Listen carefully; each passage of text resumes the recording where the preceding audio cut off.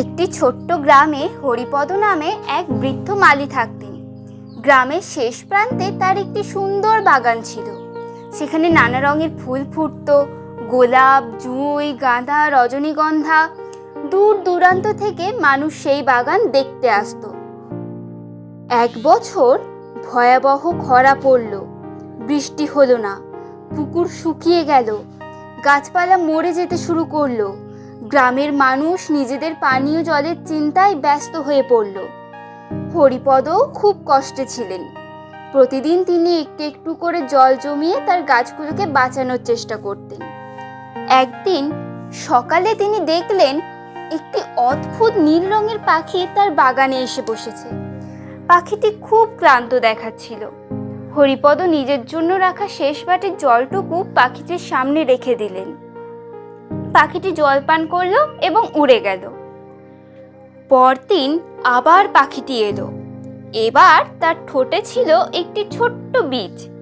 সে বীজটি হরিপদের সামনে ফেলে দিয়ে উড়ে চলে গেল। হরিপদ ভাবলেন, দেখি বীজটা লাগিয়ে কি হয়। তিনি বীজটি বাগানের এক কোণে পুঁতে দিলেন। কয়েকদিনের মধ্যে সেখানে একটি চারা গজালো। আশ্চর্যের বিষয় হলো, চারাটি অন্য সব গাছের চেয়ে অনেক দ্রুত বড় হতে লাগলো।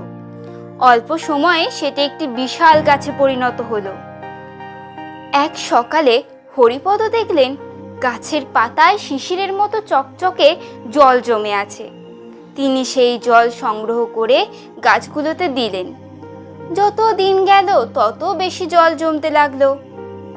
ধীরে ধীরে তার পুরো বাগান আবার সবুজ হয়ে উঠল। গ্রামের লোকেরা অবাক হয়ে গেল।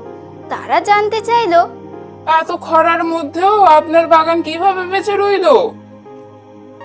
হরিপদ হাসি মুখে সব কথা বললেন। গ্রামের মানুষ বুঝতে পারল যে মানুষ অন্যের উপকার করে, প্রকৃতি কোনো না কোনো ভাবে তার উপকার ফিরিয়েই দেয়। কয়েক মাস পরে বৃষ্টি এলো। মাঠ ঘাট আবার সবুজ হয়ে উঠল।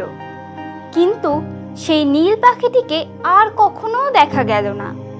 অনেকেই বলতো সে ছিল প্রকৃতির দূত, যে মানুষের দয়ার পরীক্ষা নিতে এসেছিল।